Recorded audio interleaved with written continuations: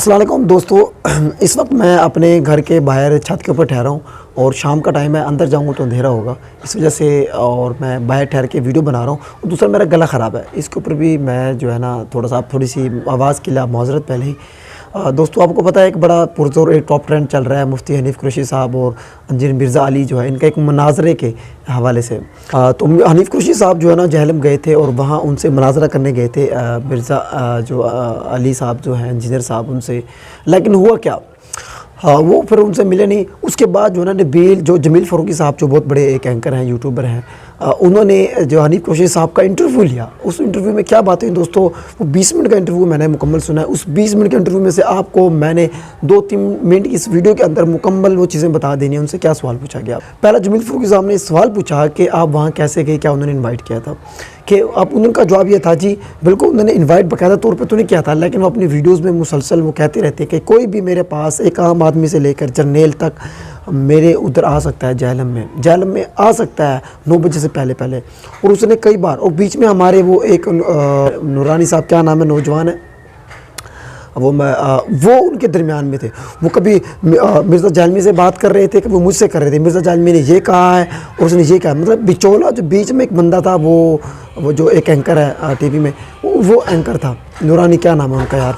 और दोस्तों वहाँ गए थे, लेकिन मज़े की बात यह है बकौल हनीफ़ कुरैशी साहब हैं उनके के वहाँ 3 DSP आए हुए थे, 15 डाले पुलिस के आए हुए थे और हमारे साथ बड़ी बदतमीज़ी भी की।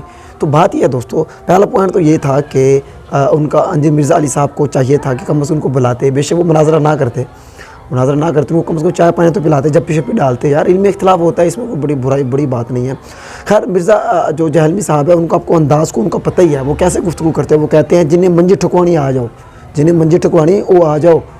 और इसके अलावा वो कहते हैं जी मैं इन फ़िरक़ों के ऊपर एक जो है ना हूँ, कहर नाजिल हुआ, ऐसे इस किस्म के जुमले वो इस्तेमाल करते हैं, तो आप समझ सकते हैं।